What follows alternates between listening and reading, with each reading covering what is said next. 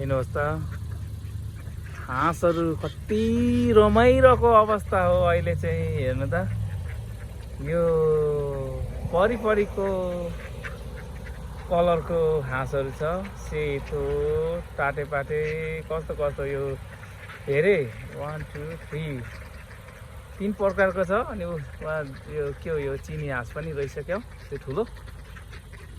So अहिले चाहिँ म सिपिङ बर्डको यो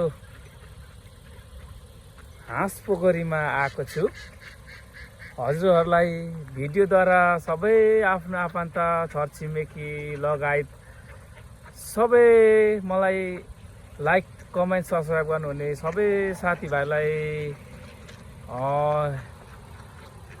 स्वागत गर्दै मेरो च्यानलमा फेरि पनि भन्न गएँ, खड्ग गुरुङ च्यानललाई चाहिँ लाइक कमेन्ट अनि सब्सक्राइब पनि गरिदिनु होला भन्दै। हेर्नुहोस् त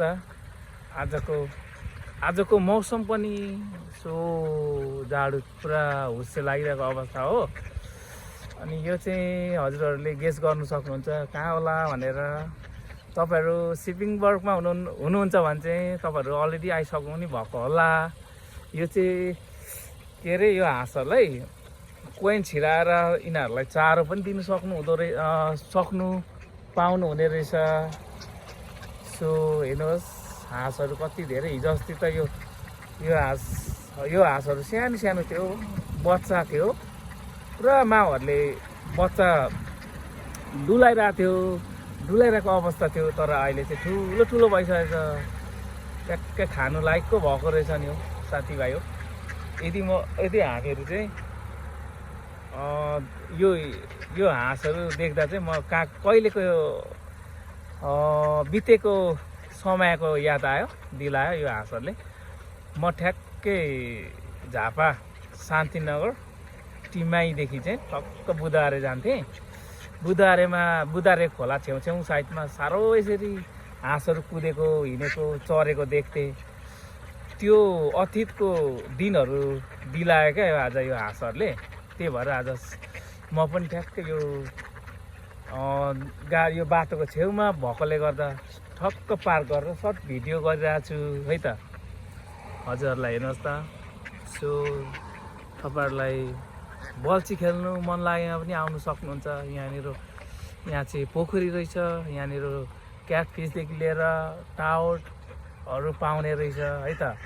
तर अहिले चाहिँ जाडोको मौसमले गर्दा मान्छेहरू कोही आएको छैन यो पोखरीमा।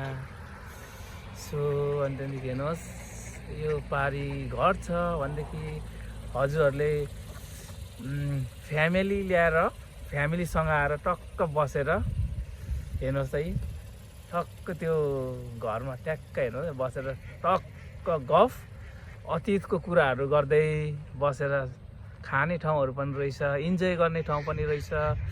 सो यहाँ पनि छ, यो चाहिँ खुलामा रहेछ, छाना छैन घर। अनि यसरी नै हेर्नुहोस् त। यो चाहिँ हजुरहरूले गेस गरिसक्नु भएको छ होला। यो त म पनि गएको ठाउँ हो, यो त यहीँ नजिक हो भन्नुहुन्छ होला तपाईँहरूले जति पनि सिपिङ बर्डमा बस्नुहुने हजुरहरूले। तर यदि आउनु भएको छैन भने चाहिँ आउनुहोस् है नानीहरू लिएर। सो रमाइलो ठाउँ रहेछ। सो हाँसहरू हेर्नु त। तर यहाँ हाँसहरूको मात्रै रहेछ फेरि, अरू चाहिँ छैन। सो यहाँ त्यो घरहरू देख्नु भएको, यो एरिया सबै सिपिङ बर्ड पर्छ। सो हेर्नुहोस्। र म चाहिँ अहिले टक्क गाडी साइडमा लाएर भिडियो गरेको नि त। सो हजुरहरूकै लागि हो। तर तपाईँहरूले लाइक कमेन्ट सब्सक्राइब चाहिँ गरिदिनु नबिर्सिनु होला भन्दै। हस् त है त। सो हाँसहरू पनि रमाइरहेको अवस्था छ। यहाँ एउटा बाजेले खैरे बाजेले चारो ढ्याप्पै एक बोरा ल्याएर यहाँ छरिदिएको चाहिँ यिनीहरू खाएको छ। त्यस्तै छ। र हजुरहरूलाई धेरै मिस गरिरहेको छु है त। हजुरमा मिस्टर केबी गुरुङको च्यानलमा वेलकम गर्दछु। अनि त्यहाँदेखि विशेष गरी हेर्नु त आजको दिन चाहिँ so so so so so so funny भएको छ है, किनभने अघि हामीले सुँगुर पनि एउटा बोकियो, अन्डा पनि टन्न बोकियो, त्यसपछि फेरि यहाँ आएको त हेर्नु त आम्मामा यो तोरीको साग। हजुरहरूलाई चायमा आउनु होला। अनि हेर्नुहोस् त यस्तै छ।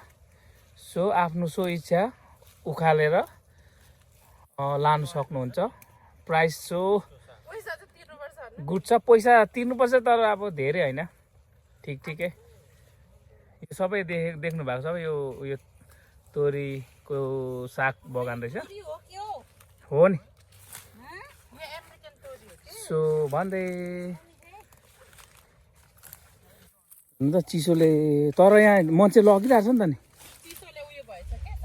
यहाँ टिपेर लग्यो त। यो त उयो चाहिने छ ड्याङ ड्याङ के अरे काट्ने खुर्पा। सो पन्जा छैन नि, अघि वहीँ राख्यो। सो यस्तो छ।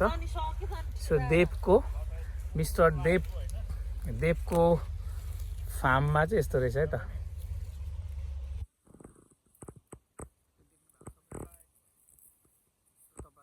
वेलकम छ है त यो सागबारीमा। बान्नु थाल्नु कि प्लास्टिक लिएर आउनु, दुईटामा एउटा गर्नु।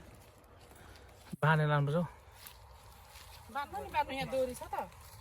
डोरी ल्याएको काट्नुपर्छ नि त दुईटा हुन्छ।